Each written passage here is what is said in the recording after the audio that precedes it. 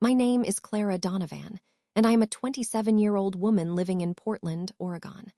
I work a decent job as a graphic designer, and while I do not have a glamorous life, I love the creativity my work brings to each day.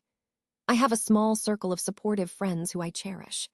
However, just like anyone else, I have experienced my fair share of difficulties, but nothing could have prepared me for the disastrous encounter I was about to have. One afternoon, I received a phone call from an unknown number. My stomach twisted in anticipation, but I answered, fully expecting it to be a telemarketer.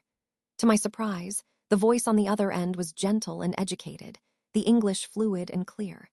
She claimed to be calling from the Telecom Regulatory Authority of India, or TRAI, and I briefly thought perhaps it had something to do with a recent trip I took. I decided to stay on the line as she assured me it was important. What happened next, however, sent my world into a tailspin. The urgency in her voice increased, and she asserted her supposed dominance by threatening me. She said if I did not join her on a video call immediately, my phone number would get blocked. I was stunned. What kind of power did she think she had over me?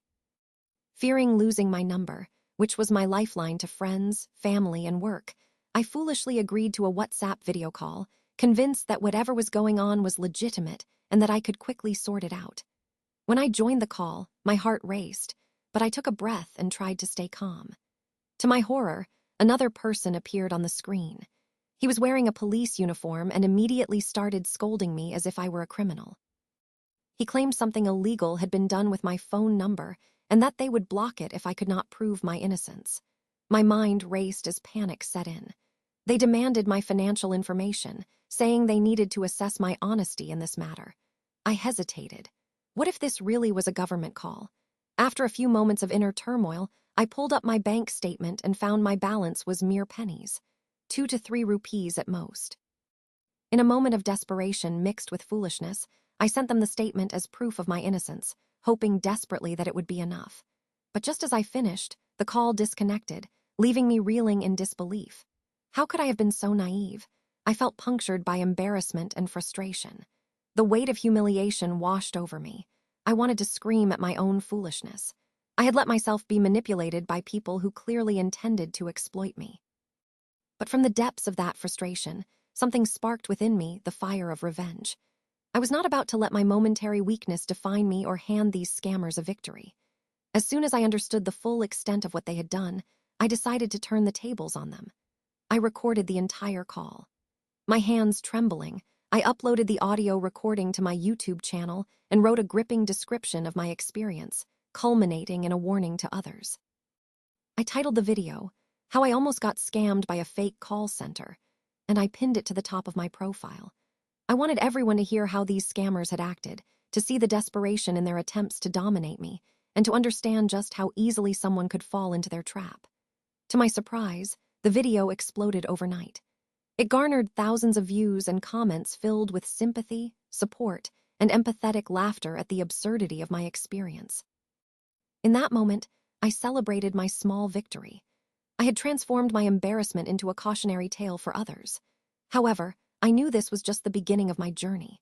Scammers like these were still out there, prowling for new victims, and I needed to do more.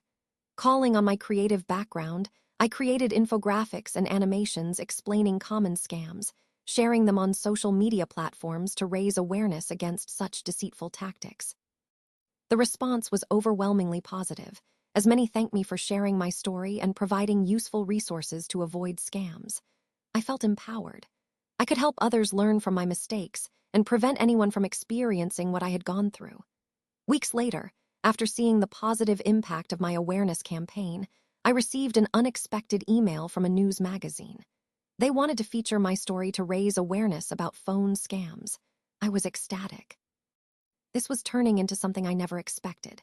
I agreed to the interview and shared my experience, focusing on the moments leading to my call, how deceptive these scammers could be, and why it was critical for people to remain vigilant. The article published brought even more attention to my YouTube channel and the information I was spreading.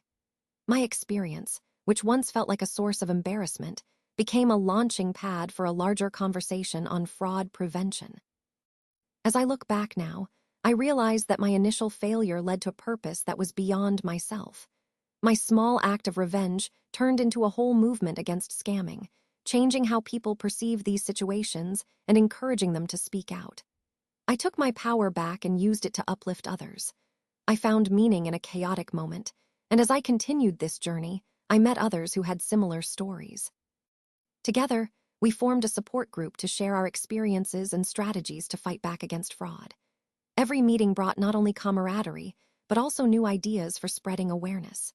Now, when I walk through Portland, I do so with my head held high, knowing I turned a terrible situation into a life-altering mission. The thrill of revenge washed away the sting of that telephone experience, leaving a new normal that emboldened me and lifted the spirits of those who felt powerless. And while I might have initially succumbed to the fear and pressure placed upon me, I emerged stronger, purposeful, and ready to take on the world, one story and one warning at a time.